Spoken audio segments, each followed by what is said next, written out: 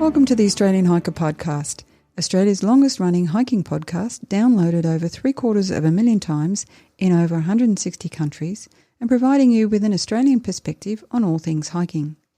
We're your hosts, Tim and Jules Savage, coming to you from Ngunnawal and Ngambri country. This is episode 250 of the Australian Hiker Podcast. And in this week's episode, we bring you the second in our series of industry interviews from the recent Outdoor Adventure Expo. We hope you enjoy. Before we get into today's episode, if you'd like to help support Australian Hiker and this podcast, there are a couple of ways that you can help us out. Firstly, by subscribing on your podcast host of choice so that each episode is available as soon as it's published. And if you have the opportunity, leave us a 5-star review. Another way to support us is go to the Australian Hiker website at www.australianhiker.com.au and click on the Support Us page and buy us a coffee. You can do a one-off donation or become a monthly supporter. All donations are greatly appreciated and help us to continue producing this podcast and blog. Now let's get on to today's episode.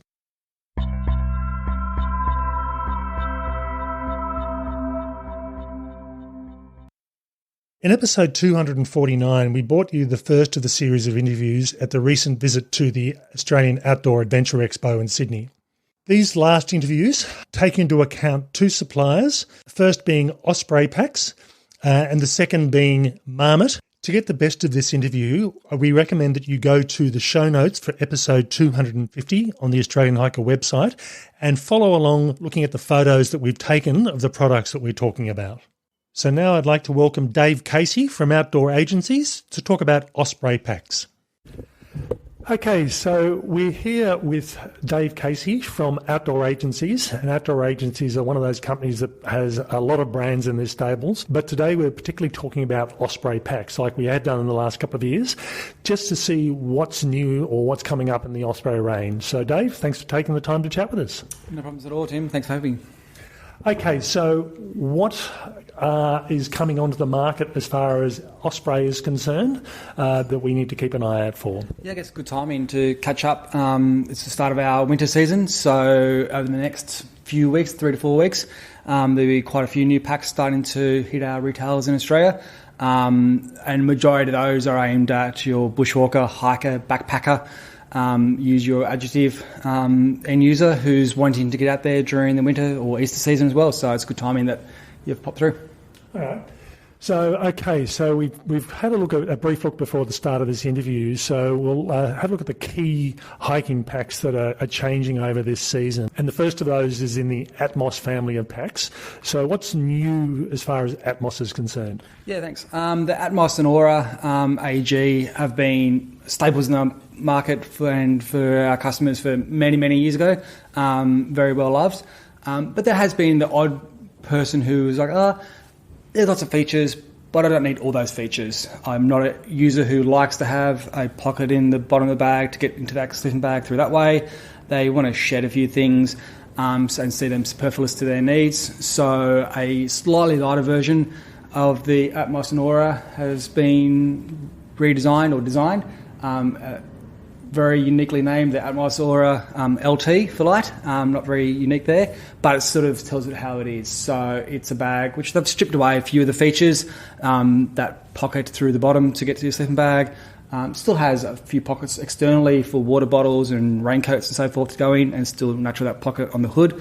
And it's a slightly lighter harness as well. So the idea of carrying up to the high teens into the low 20s sort of weight and sort of pushing the friendship of the bag of the original Atmos Aura AG, using a few different methods of being able to bring the harness down to be a little bit lighter and that slightly lighter base weight as well, and sort of closer to the mid-teens. By doing that, they've been able to shed the weight by around about 10%, and that brings a 65-litre bag to be a sub-2 kilo bag, so it's about 1.92 kilos.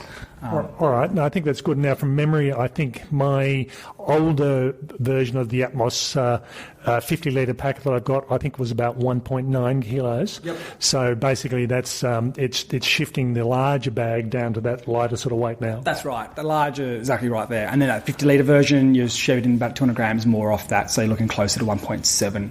And I guess when it starts, every game or every ounce counts. So if you can lose a bit of weight there and lose some features which you may not need, that's always a good thing. And it's still got that Atmos suspension system that sort of tends to hug the body? Yeah, it's still got the anti-gravity harness, so it's that style of harness that people love the Atmos and Aura for. Hugs the body, suspended harness, which has some really good ventilation as well. So all those things are still what you love, just a slightly lighter version of that harness. So naturally it's not designed to carry as greater weights, but it's not intended to use for those larger sort of pushing into teens, high teens weights. Now, just looking at the pack sitting here in front of us on the wall, there looks like, what's that at the very bottom of the pack? There's a little blue tab. Is that a rain jacket in there, or is it? That's tucked in the bottom. I'd say 90% of our packs these days come with an integrated rain cover, so that sort of tucks in the bottom there in a small little pocket, and that just sort of folds out and goes over the bag if you call it out in grim weather, and it'll keep the bag a bit drier. And also, naturally, people can use a pack liner of various sorts as well if you really want to make sure your contents are really well kept dry. But yeah. All right. So basically, what it means is, even though you're talking about the pack weight, there is the pack weight that includes the rain cover as well. That's correct. Yeah. Yep. Yep.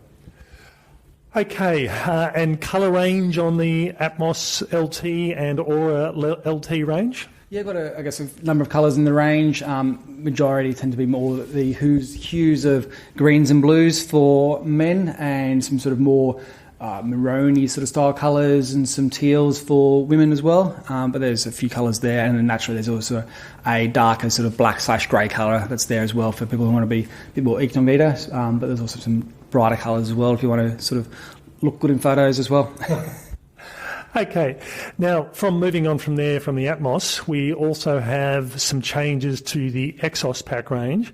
Now, I've been a big fan of Exos packs. I own 3 Exos packs at the moment, which is the 3 previous versions of the Exos range, and always tend to come back to those as my go-to sort of pack in most cases, unless I'm starting to carry heavier loads.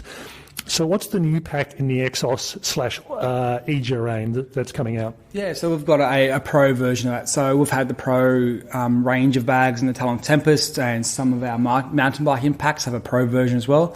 I guess the idea of the Pro version of the Exos Asia is a lighter weight. So it's, again, stripped a few of the features. It's a 1 volume, so 55 litres for both men and women.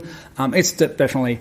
Focus is fitting through hikers' needs in the US as well. Of a bare canister fits in the bottoms perfectly and so forth. But again, that sort of volume is arguably a very versatile volume as well for users both in Australia and US and everywhere around the world. By using our nanofly fabric, which is a lighter weight fabric, and a slightly tweaked harness as well, we've managed to shave 20% off the weight, and that's able to bring the bag down to be sub 1 kilo, so it's 980 grams for a 55 bag. All right, so and that's I think from memory, my current version of the Osprey Exos pack, which is I think is about 1.29 approximately kilos. So this is saving. It's getting a slightly bigger volume, but saving about 300 grams over the standard Exos pack. That's right, yeah, and we're not sacrificing durability. So that nanofly fabric is a very durable, hard-wearing fabric, just very lightweight. It's a little bit see-through. I can look here. I can see the red tape of the compression strap that's internally through the fabric, so there's no secrets what you're carrying. But it's something that's designed about being durable but still lightweight, and still a number of external shelf pockets for those who want to carry a raincoat. Some people like to carry their fly of their tent or water bottles externally. All those features are still there. And you can still remove the hood off the bag, and has the little storm flap that goes over, so I can really strip the bag down to be a nice little sub 50 litre volume as well, if you're still going lighter and tighter as well. Okay, now I think one other feature or one other change to help reduce the weight is there's one hip belt pocket, I believe. That's right. We've got one zippered hip belt pocket, and the other hip belt pocket's more just a stretch, elasticized pocket on top to keep the contents in there. So things like muesli bars and so forth, you can probably pop in the stretchy non-zipper pocket, and then things you want a bit more secure, pop them in that sort of right pocket from memory. That's the zipper pocket, and then you sort of can secure your contents there. They haven't gone down the avenue of stripping those pockets away, because I guess there's a lot of people who love a hip belt pocket, myself included, and I think we wouldn't have great feedback if we remove them fully, so having that option there still is there. Okay, and they're a very good-looking pack. Now, they come in one colour only on the Exos and the Aegis, or are the male and female versions varying in the colours? They're basically the same colour, both a grey colour, that nanofly fabric, and the women's has some sort of redder sense, some sort of red pop here and there, and then the Exos, the male version, has those sort of few blue accents as well, just to make it more than just a straight grey bag, but they've sort of kept it pretty simple. It's a grey nanofly fabric. Okay, so from here we're going on to the Manta Mirror range of packs. So what's changed on those? Because that's a pack that I'm not really that familiar with. Yeah, I guess the Manta Mirror is quite similar to the Stratus and Cirrus, which I think Tim yourself use quite a bit. So it's aimed at either mid-20s or mid-30 litre, depending on what you're needing, where you're doing either Camino Trail, refugio to refugio, or accommodation to accommodation, and not needing carry, a stove, a tent, and the works, you're sort of moving your way through that way, or supported trekking in Nepal or South America, where again you don't need to carry everything on your back, you've got someone to help you along the way there. It comes with an integrated reservoir, so you've basically got something there that fits, it's got adjustability in the harness length, so you can get a really fine adjustment to fit your body really well, and then all the features that work really well for that sort of, like I said, supported hiking. You could definitely still use it just for hiking in Australia. There's nothing stopping you to do that, but it's definitely a very, very popular bag because of its features that it has for that supported trekking. We don't need to carry the integrated rain cover and etc. Okay, now moving on from the packs in general, there's another thing that you are doing, or Osprey is doing, which sounds quite exciting, and that's the extended fit packs. So tell us a bit about that as a functionality change with some of your packs. Yeah, thank you. The extended fit has been, I guess, an adjustment to the harness sizing. Majority of our customers find they can fit our hiking backpacks and our overnight backpacking backpacks comfortably, but there's still a market out there that either want to get outdoors, they found the outdoors over the last few years of COVID, less travel and so forth, and their body is a little bit bigger and they can't quite fit a hiking backpack, or it doesn't fit them as well as it should, and they aren't enjoying the experience as well. So Osprey has brought into the range some extended fit backpacks. I guess very simply, they still use the same torso length in the harness, but the hip belt and the shoulder straps have extra length to them, so they can fit larger waists and larger torsos and larger chests and so forth. So it gives that new, or it could be a hiker who's been hiking or bushwalking for many, many years, but has never really found a backpack that fits well. That sort of experience of what a lot of other people will be able to have, that a comfortable backpack which supports and fits the body properly.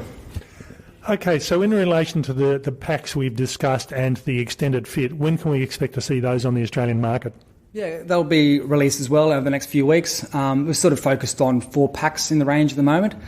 For the overnight hiking, there's the Aether and the Aerial, which are your larger sort of volume 65 litre bags, and also the Volt Viva, which is a bit more one size fits most with that extended fit harness. And then also for your day hiking, there's the Talon Tempest 22, which has that extended fit, and a smaller bag called the Sportlight. So it's sort of got that good and better options there, depending on what the budget or your needs are for that extended fit. So it can fit everyone from a multi-day overnight hike through to day walking with friends and family. So it's sort of got a good number of options there, and it will be available over the next 3 to 4 weeks in the stores in Australia. Okay, so that's good. You know, we won't have too much long to wait. It's always hard when you see something come out and you think, I've got to wait 12 months to see it. But it sounds like we're almost there. So this podcast will go to air early March. So we're looking probably around about the April mark by the sound of it? Yeah, probably late March, early April. You'd be pretty comfortable to get to your local store that has Osprey and see some of these bags. Not every store has every bag. Naturally, the space in some stores is a little bit limited. And our online partners as well in Australia will all have those bags online as well if you don't have a local store as well. So some of them may need a bit more hunting to find, but they definitely have those available over the next few weeks. Okay, that's great. So we've been talking to Dave Casey from Outdoor Agencies. Thanks very much for taking the time to chat with us. Thanks, Tim. Thanks for coming. Cheers.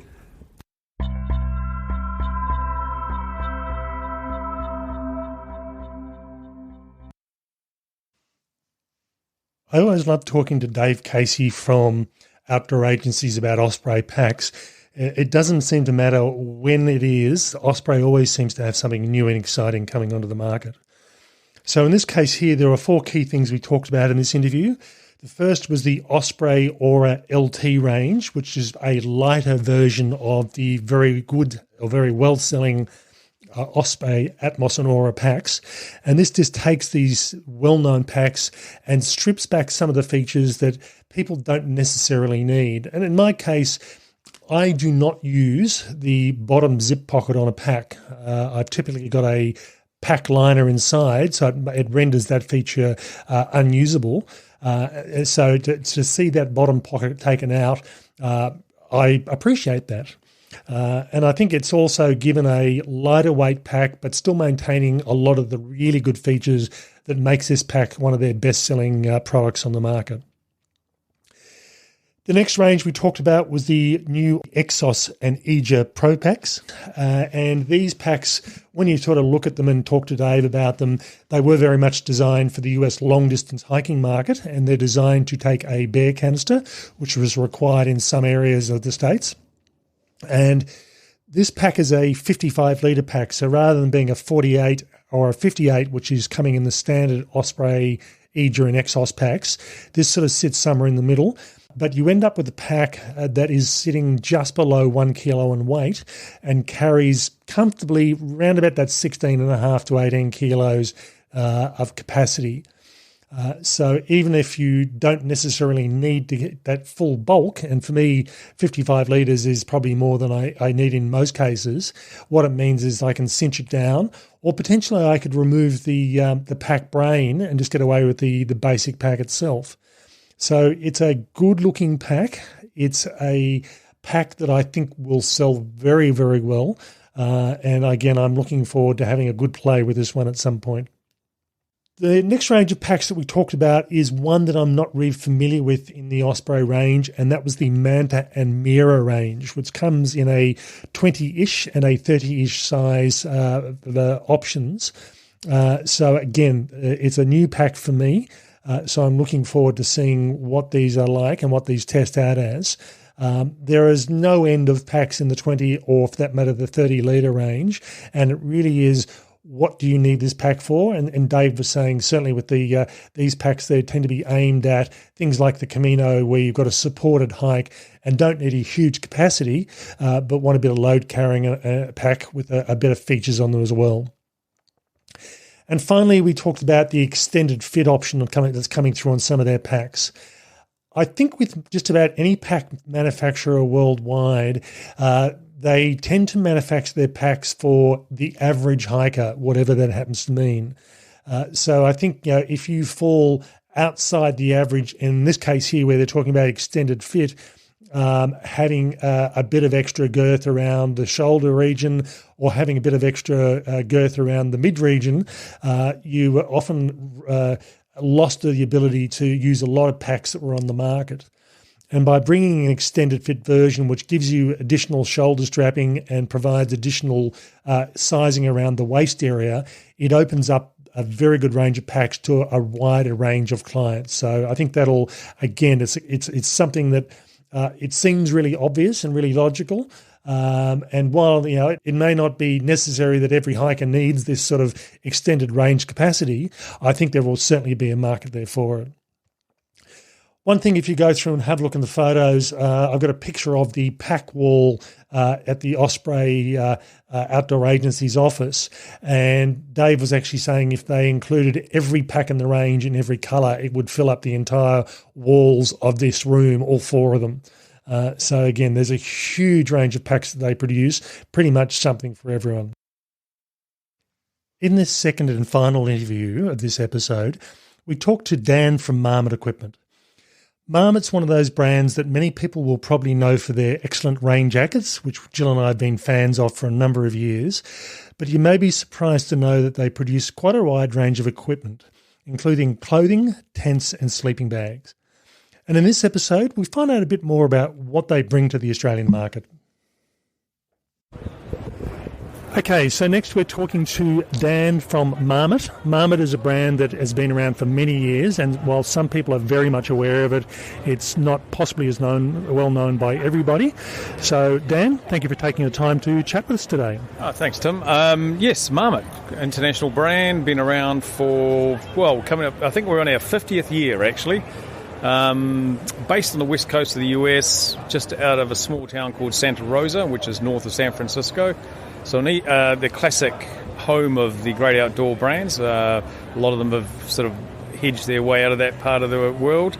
And historically, it's a brand that started as a club, funny enough. A couple of students at the university days in 74 thought they could make their own tents and sleeping bags and puffer jackets, and they got a bit of a name for themselves. And before they knew it, they started the club, which turned into a brand, and opened a retail store. But the name of the brand, which is obviously synonymous with a little rodent that lives in the highlands of some of the US states and in Russia, called the marmot. When they were observing the marmots, they noticed that no one really had a plan. They had one leader? No, they were all leaders. So to be a part of the Marmot Club, their aim was to climb any climbed mountain peak. You would have to do it with another marmot. So the Marmot Club grew and got bigger and bigger and bigger.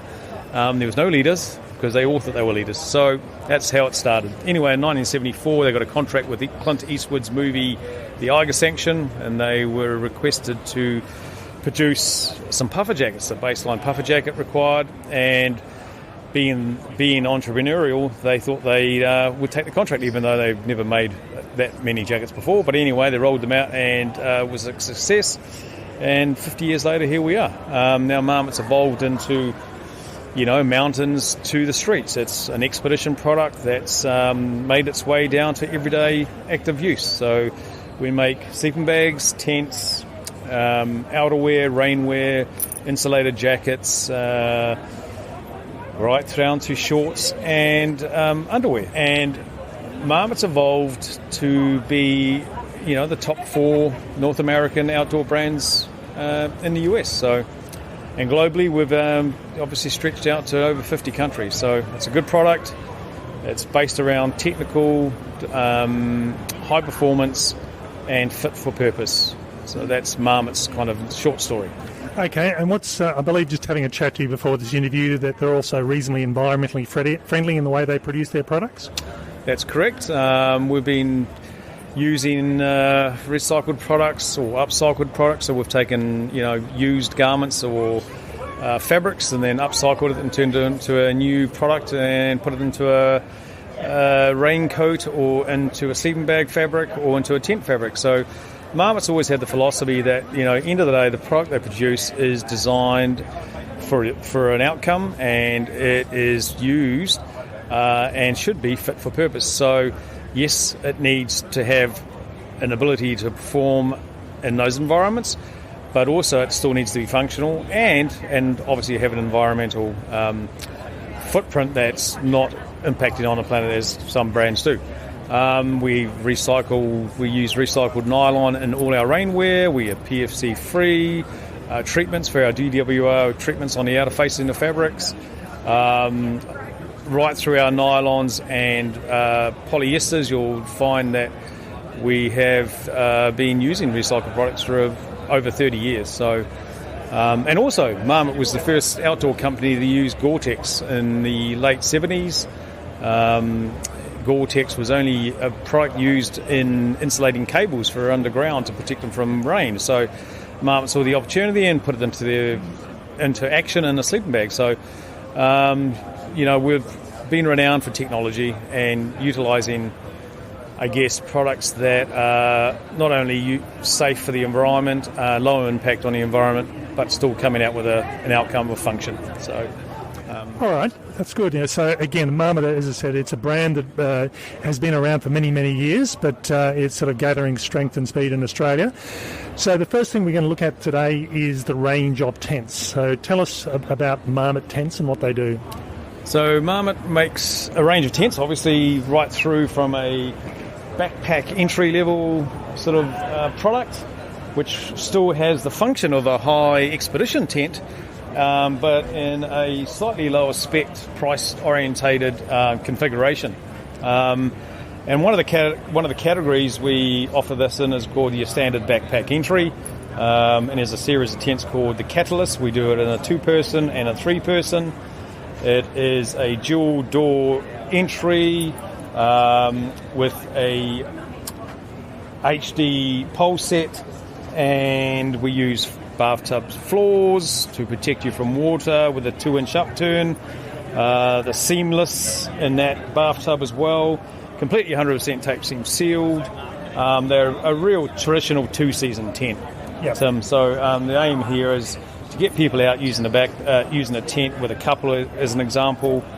Easy entry, big inhabitable space on the inside. So we really focus on lifting the height of the tent. When you get into a marmot tent, one thing you'll really notice when you sit inside a tent, and let's face it, the only time you should be in a tent is to go to sleep.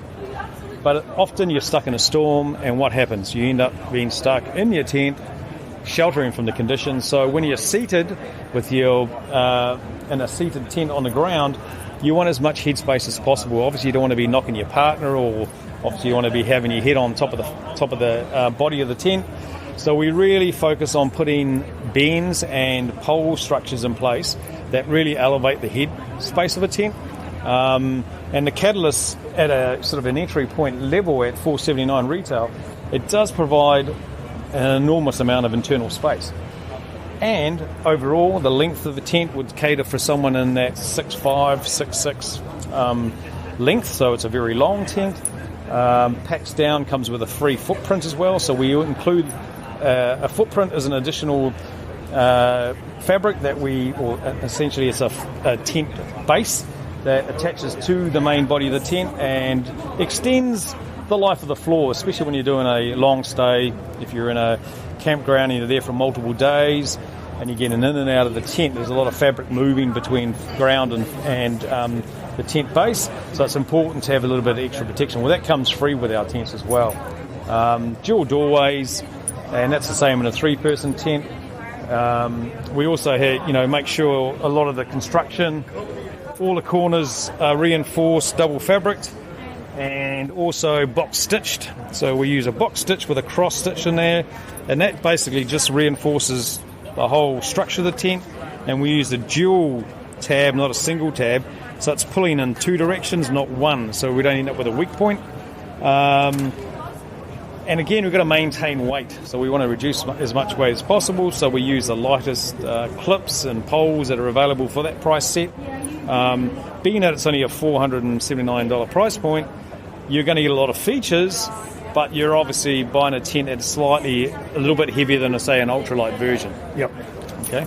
All right, so moving up from the Catalyst, so that's your, I won't say base grade tent, but that's your entry level for people that want a robust tent without necessarily having to mortgage the house to purchase it. Correct, and ideal for a festival, someone that wants a tent they can reuse rather than being sliced and left at a festival, which tends to happen at those some of these festivals nowadays.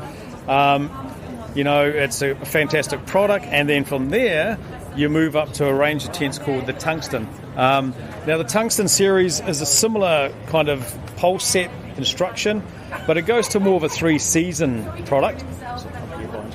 It goes to a 3-season product where we have more material overall, protecting you from wind, and it's quite directional, so we can actually angle it into a windier location because it's got a higher polyester fabric that rolls up above the head height.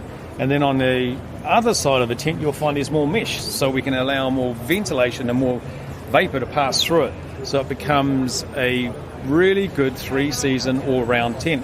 It's called the Tungsten 1, 2, 3 and 4. Obviously the 1 is 1-person, 2 is 2-person and so on. But the whole idea of the Tungsten series is price pointed.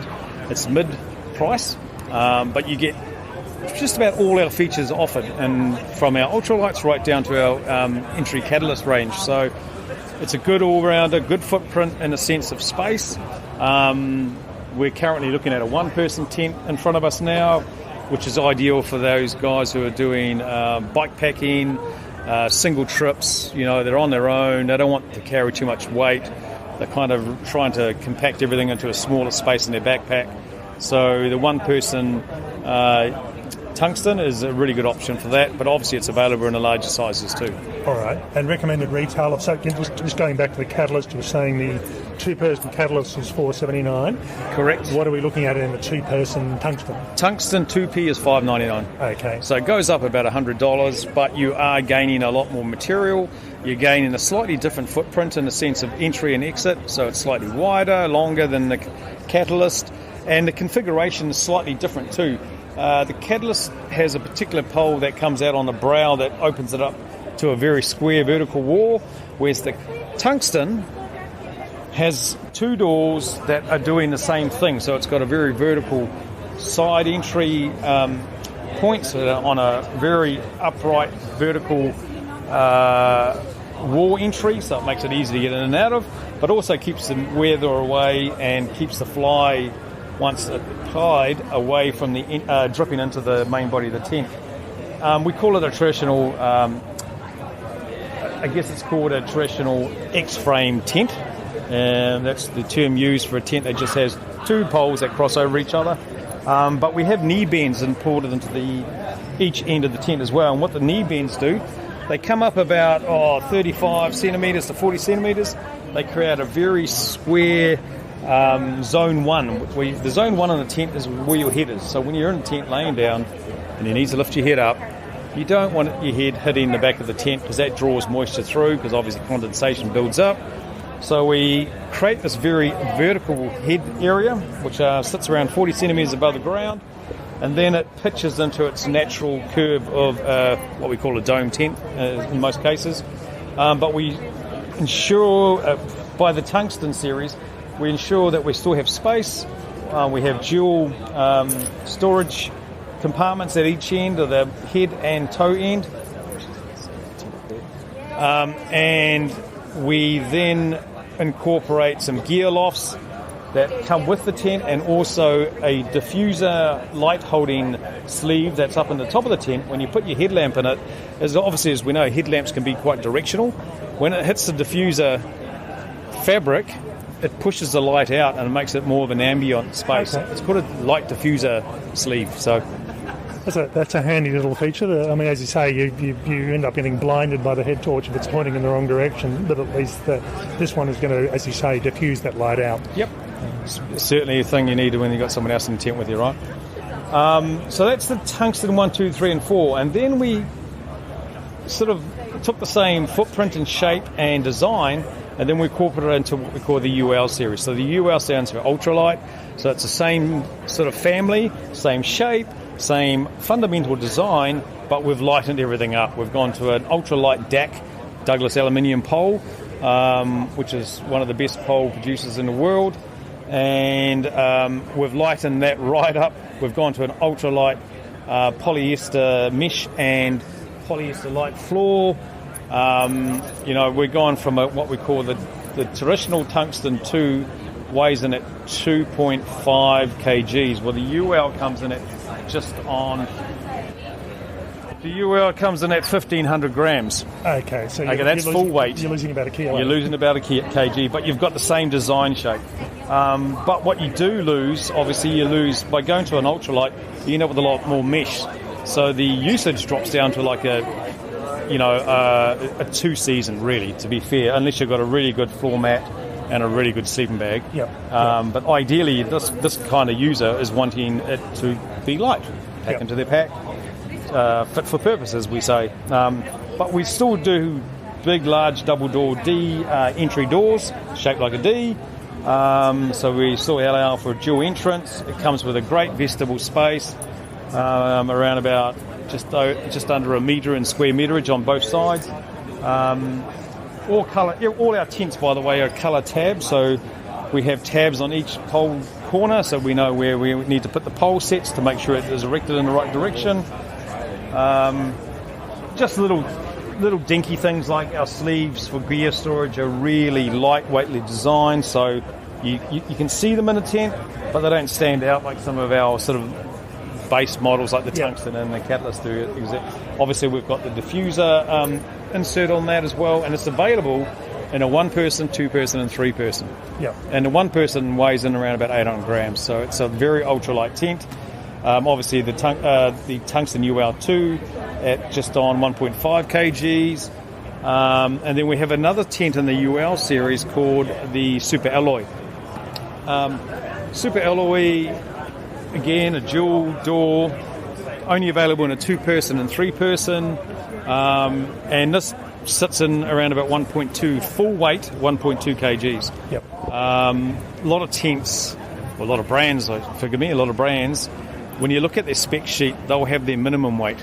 Okay, minimum weight in this case would be just under a kg, really, for the Super Alloy 2-person. And what we have one of the things we wanted to do, there's a lot of myth about what is a tent weight. Why not just put the full weight? At the end of the day, the full weight's what people want to know. Yeah. And if you want to reduce that weight, you can. And some of those weight, reduction options are leave the sack at home, leave the pole sack at home, leave the tent peg sack at home, maybe take off the extra pole replacement pole sleeve, or take the string out and leave that at home. That's how you bring the weight down. So when they talk about minimum weight, they're talking about all those things not being in the bag. Yep. They're talking about purely the fly, the body, and the poles. And that doesn't even include pegs. So when you look at a minimum weight, you're talking about someone giving you a weight story based on only the fly, the body, and the poles. Okay. Well, a tent won't stand if you don't have the pegs, and a tent won't stand if you don't have the rope lines. And, just in case, you might need a pole sleeve repair kit. So anyway, we talk full body weight. And at 1.2, still ultralight, right, for a 2-person tent. Now, does the Super Alloy 2 come with a fly, or is that without a fly? No, it comes with a fly. Sorry, not the fly. Let me try that again. A footprint? So does the Super Alloy tent come with a footprint as like the other tents? Or? No, so the UL series, all footprints are sold separately.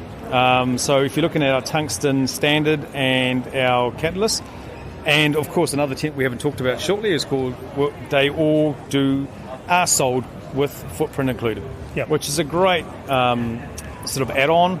And, they're roughly somewhere in that $99 to $129 price point when you're talking about a fly on its own, a footprint on its own. So a lot of great added value there to the product.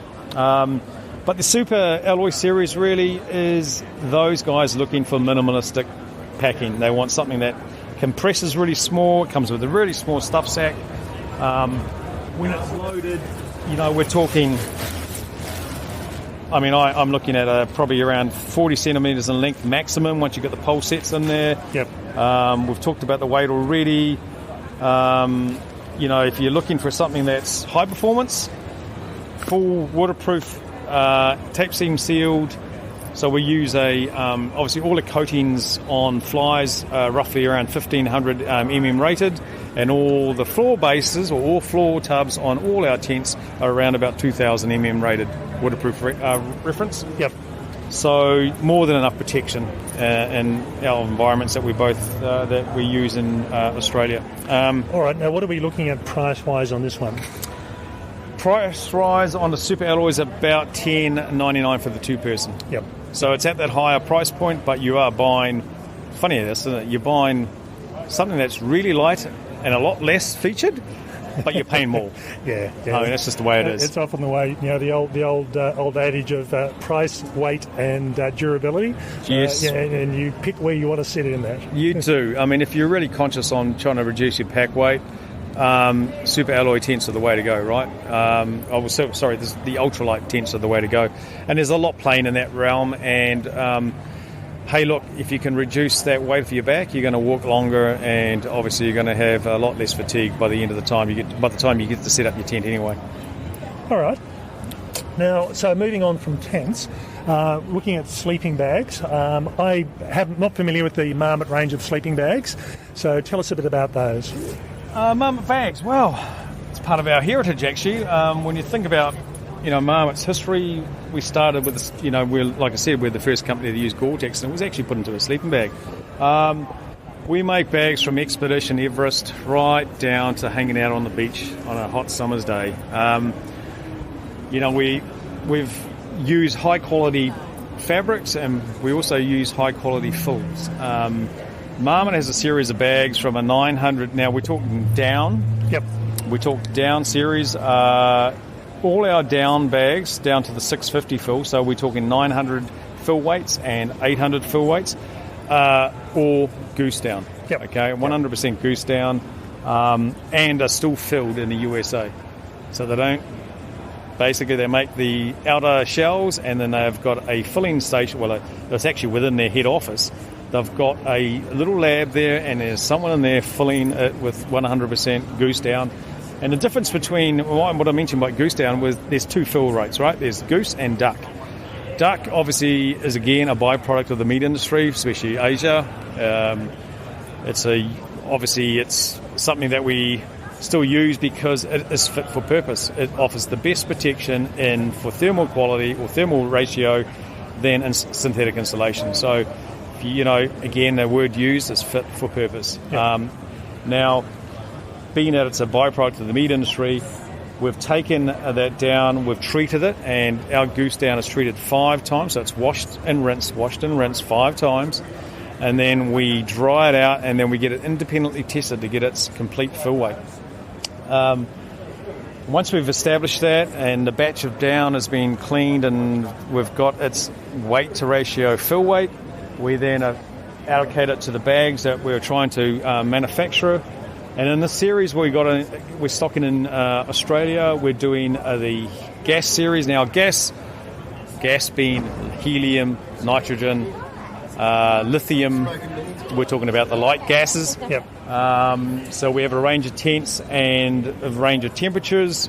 And some of the features that we really focus on with our bags is that we're a traditional mummy bag. So mummy offers a lot of heat because we're confining the body to less movement and obviously a lot less area for that temperature mass to escape to.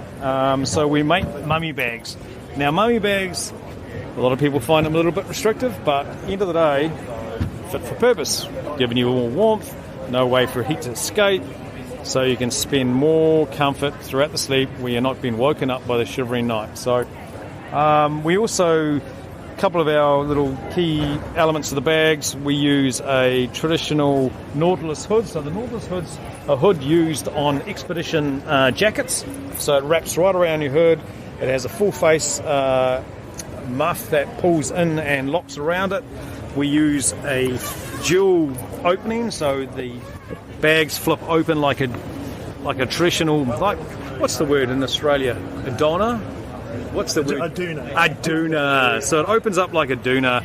So you can flip it open, so you can free your arms up nicely. They come with internal pockets to stash anything from your chapped lippy or your phone in modern cases. Everything has glow-in-the-dark toggles, so you can find it even in the dark. So they have little glowy pull tabs, so you can actually see what's going on and which zipper you're pulling on. One will be cord and one will be tab, so you know which side of the bag you're operating from. You'll have a flat cord, so in the case of the hood, if you're feeling around in the dark, you can actually feel the cord and go, oh, that's my hood, and pull on it, and cinches nice and tight. And then on the bottom zipper, you'll find that it's a cord, which is a round cord, so you can actually feel which one you're actually operating. Yep. All our bags have big, large 2-inch draft tubes on the inside zippers, so there's no cold spots out. All our bags are EN tested, so EN testing is the international standard for sleeping bag standards, where we have your comfort limit and extreme ratings. As I mentioned, we are RDS approved, so all our down meets the international standard for sourcing down, and that's obviously again another sort of part of being certified throughout the world. And that's basically just to say that the animals have been treated as humanely, given that we are killing them for meat, but they're not live plucked, and they're yes. treated the best way you can. That term, live plucked, I mean, you might find companies at a lower price point out in the market sourcing their down from those types of supply chains, but if you look at the top brands in the world, they're all RDS, so it's a standard, and we obviously want to be part of that, and everyone else does too. One of the other things we do too is we use, in this case we're looking at a bag called the Hydrogen. It's a -1 down bag. Obviously in a temperature ratings, when you go into a sort of a higher temperature rating, the bag's smaller because there's less fill in it, because you want the bag to operate in a warmer environment as opposed to a colder environment, so you have less down. In this case we're using an 800 fill weight down bag, as I mentioned, filled in the USA.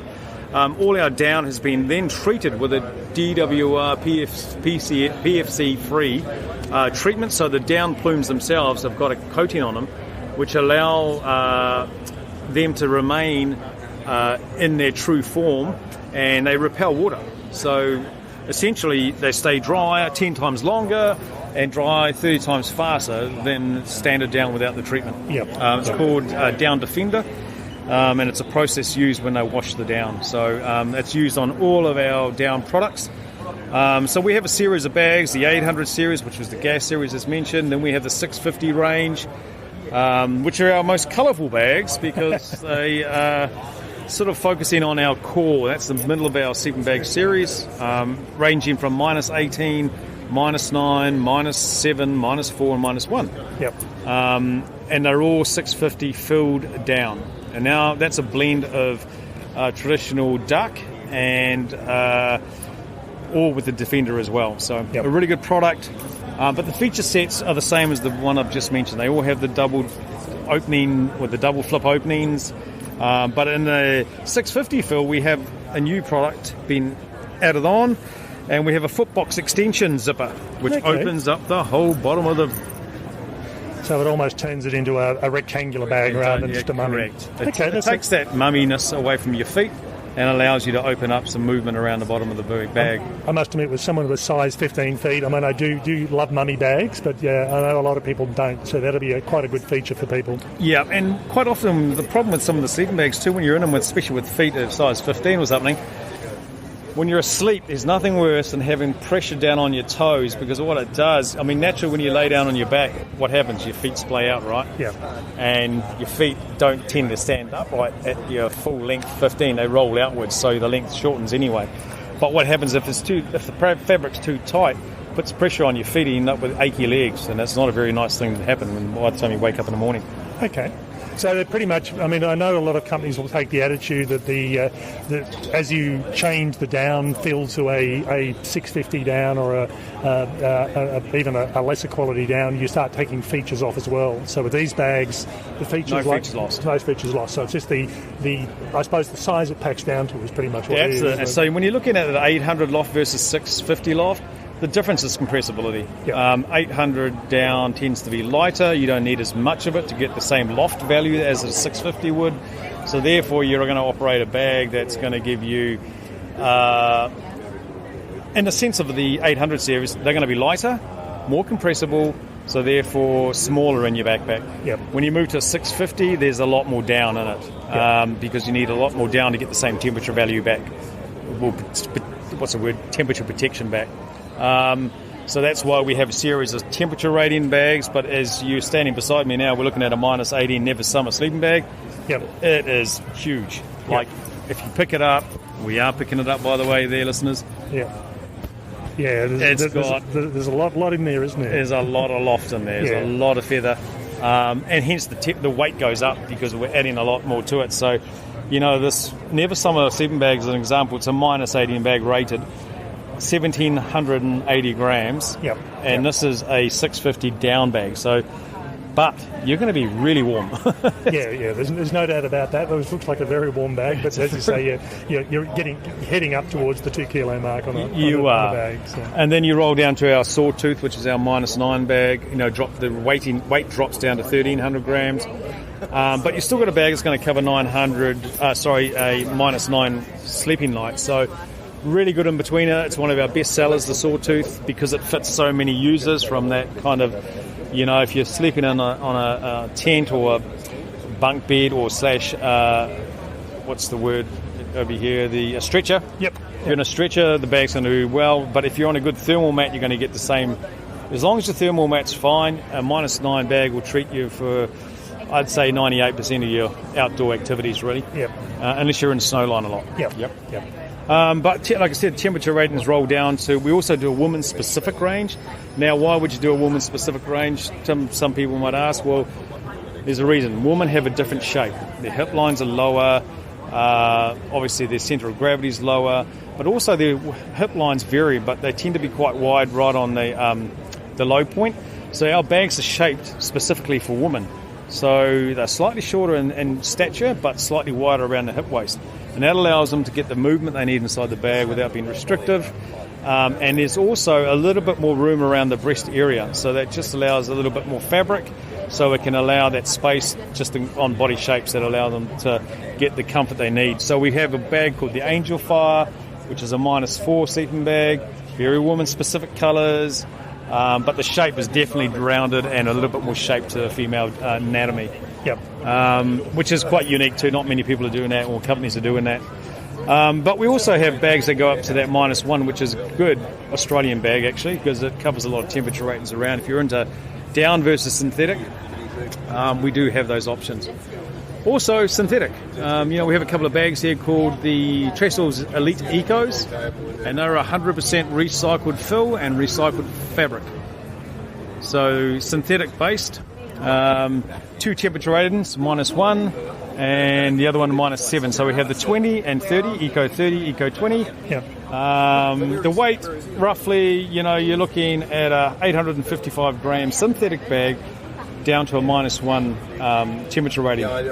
100% polyester shell and lining fabric, recycled fabrics. And we use a blend of sort of a mid and soft feel high loft.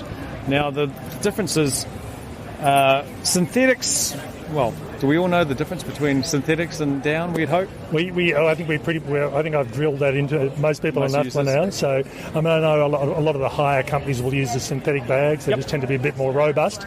I'm surprised at the weight on those, because a lot of synthetic bags tend to be a lot heavier, but these weights are quite good. But I'm guessing they don't pack down as well as the down bags. Never going to pack down as good as down, but they're damn close actually, to be fair. The Trestles Elite series, we sell a lot of them in Australia because it covers that, like you said, those guys that are looking for something more durable, maybe in a sort of more humid and damper areas where, vapor's trapped or doesn't escape as much. The humidity is a big killer, obviously, because that gets into the down. It can slow down its performance. And obviously, with synthetic, it doesn't really matter. If it's wet, it still performs. It's still going to give you the thermal value you need. But again, as we talked about the features are all here too, from our high-end bag right through that synthetic story. And we're talking $299 for the -7 and $249 for the -1. Okay. So that's super good value pricing. That's a good price bag. And then the last series in the range is called the Nano Waves. Now, Nano Waves are your traditional, we call them hostel bags, or you call them travel bags if you're going into Bali or anywhere in that Indonesian area and you want a bag that's compact. Temperature ratings, anywhere from, I think our coldest bag goes down to -4, which is the Narrow Wave 25. And then we have in this case, we have another one called the Nano Wave 55, which is basically your 13-degree bag. So it's a summertime bag. It's a summertime bag, but look at the size of it. It's smaller than a loaf of bread. Great for someone just travelling lightweight backpacking or in the back of the car. They need a little sleep on the side of the road. They can pull one of those out and they can throw them over. And it's made of it's a knitted dry climb. It's like a fleece. It's a micro fleece with a nice polyester face fabric on it. So it's got a nice feel through it. It sits on your body well. They compact hand-wise. You pick it up and you go, well, actually, it's got a fantastic feel to it. The inside fabric. And that's down at the foot end. You'll find... And now he's gone and done something he wouldn't want to do. So that the brushed fleece on the side, which has then been reversed, so it's got a sheeny feel to it. So it's got a nice hand, feels great on their skin. Not slippery, but just a nice feel. And we make a whole range of them. from -4 right up to +13, and they've in a nice compressed little sack, really lightweight, and great for those people just wanting a bag that covers a bit of everything at a price point, or below $200. All right, that's good. Okay, from there we'll move on to rainwear, and as most people who listen to this podcast will be aware, both Jill and I are fans of the Marmot Precept jackets, but Marmot do quite a good range of gear, and in fact the jacket that's just been pulled up for have a look at is the colour that I've got, which is this, I won't say it's lime green, but it's a brightish sort of green sort of colour. Yeah, it's foliage is the term we have named the jacket colour, but it's a more of a traditional green. Now, Precept Marmot was, funny enough, about 20 years ago, the industry was really focused on 3-layer heavyweight backpack jackets, right? It was really hard to find an ultralight jacket that had met lightweight scales, B, was still functional and kept you dry, and C, met a price point. So Marmot introduced a jacket called the Precept. Precept being precipitation. It had to meet a couple of areas. It had to be lightweight, price effective, and able to compress into a small space. So they introduced a jacket with Precept. It was a hit from the outset. It does have a couple of great features. It is uses a nylon face fabric, which has got a ripstop in it, so it's tough for the weight, super durable. Only weighs 265 grams now, so it's had a weight loss, 285 grams, sorry. It is very, I would say it is one of the best featured jackets for the price point. Now, the reason for that, it has all your standard features. It comes with a hood, which is stowable, so we can store the hood away and you can make it look a little bit smarter when you're walking around in the streets on a wet day with a hat on. So it has a nice hood that tucks away with a nice peak on it just to keep the rain out. And also pit zips on both sides. Now, why pit zips? Well, you need pit zips. You need vents. You need air to pass through the garment to push air around on the inside, vapour mainly. So we have 2 large pit zips on the jacket. We also have 2 large pockets around the waist height. Now these pockets are mesh as well, so you can open those up too to let a little bit more air circulate through the shell. They also take a 1 litre Nalgene bottle that will fit inside that as well. I hadn't actually thought about that. That's how big the pockets are, so they'll take a 1 litre Nalgene bottle. It also stores in its left pocket too, so it's got a 2-way zipper on it. So you can stuff the whole jacket on the inside into the actual pocket. It's also got a little sneaky thing called angel wing movement. So they've got a specific pattern cut that allows the jacket to move and not ride up the body when you lift your arm. It's called angel wing, and it's unique to Marmot. I must admit, having worn a Precept jacket for the last 8 years, I just haven't thought about that. So it makes sense, particularly when you look at it and see it in action. Yeah, so when it's in action, the jacket, basically when you lift your sleeve, it doesn't pull the jacket up, so you don't get any rise or any exposed skin. And really, women love it because it does give them a little bit more protection. They feel comfortable in it. It's about a mid-length jacket. We call it the 29-inch centre back. So from your centre of your back to the drop of the tail of the jacket covers just over the bottom area. Value for money. Currently priced at $179 in Australia. Super good value. I must admit, as I said, Jill and I have been big fans of the Precept jacket. I've actually used the Precept in 100-kilometre-an-hour torrential rain, and apart from water hitting me in the face, that's the only place that was getting wet. Everything else was staying pretty dry. So they certainly do function really well.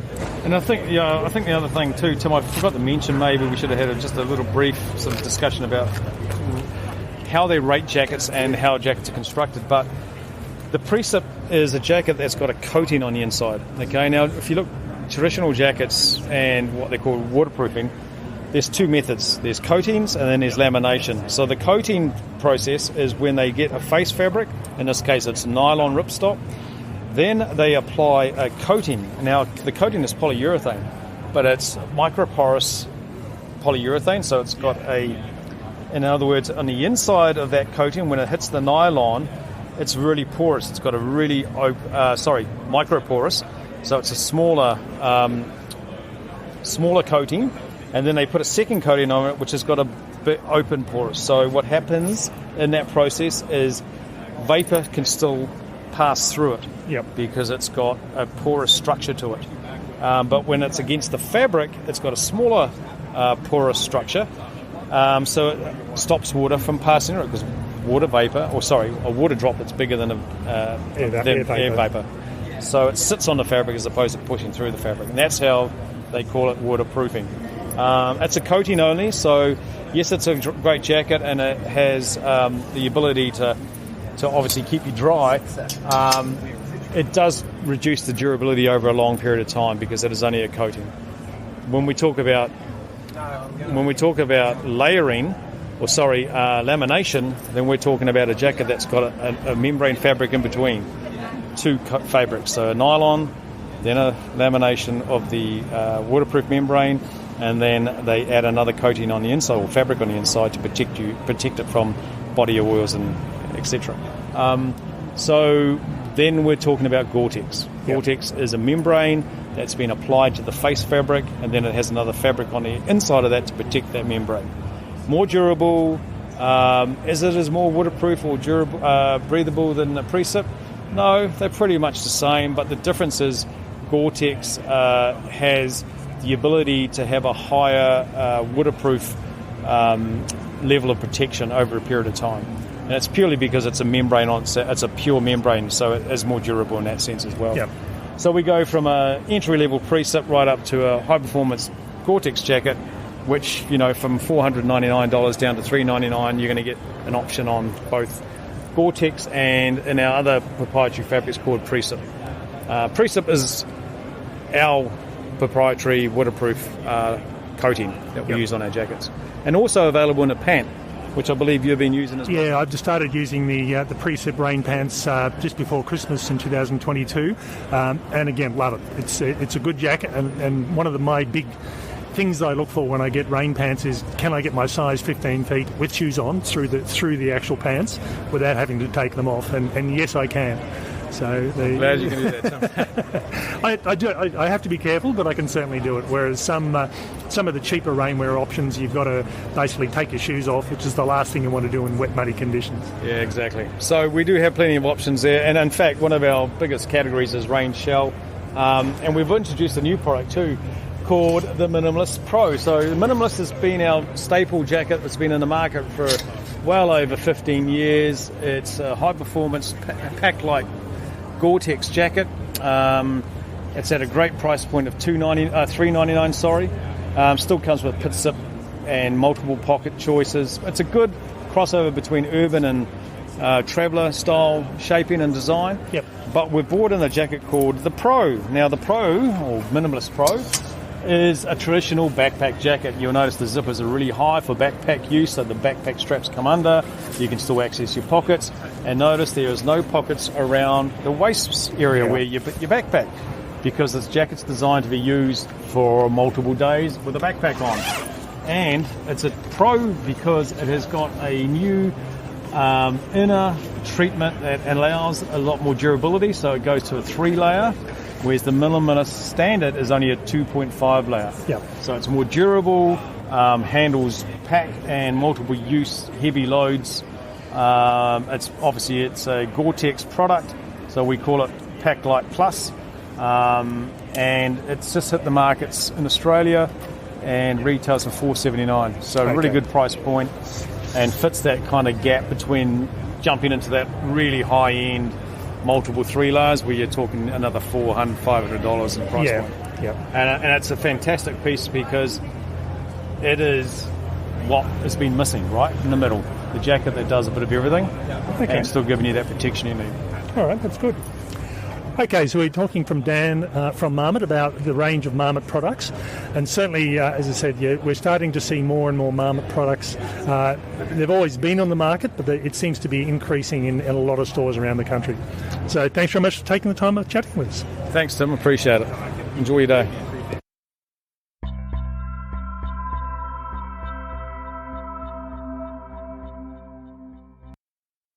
So that was our first interview since we've been doing these recordings with Marmot. And I've been trying to touch base with them for a number of years, but for one reason or another, things just didn't quite work out. As I mentioned, the rain jackets from Marmot are really well known, and from our perspective, the Marmot Precip has been our rain jacket of choice for many years. But they do have much more on offer. So their range of tents, ranging from the entry level to the mid-level to the ultralight level, really provides a range of product in pricing and in weight and in features that's pretty much going to suit anyone. In addition, things like the sleeping bags, which I wasn't very familiar with at all, full-featured bags across the range, but really it's a matter of price, weight and bulk, depending on what material is being used in the bags themselves. And they are very bright, colourful bags. There's no doubt about that. They're the traditional hiking, and I'll say in air quotes here, sleeping bags tend to be very monotone in colour, but Marmot tend to go a bit more brighter just to create a point of difference. So there's some good features on them. And again, I'm hoping to be able to test some of these along with the tents in the coming months. I think it's quite interesting from my perspective in relation to things like companies like Marmot. As Dan said, they've been around for about 50 years, but really from an Australian perspective, they're a company that isn't as well known as a lot of other brands, but is slowly gaining traction and becoming more and more common, and you're finding the product in more and more stores. So again, it's worthwhile looking at this if you're into either tents or sleeping bags, or as Dan said, underwear and clothing, the whole lot. It's worthwhile having a look at it next time you come across it.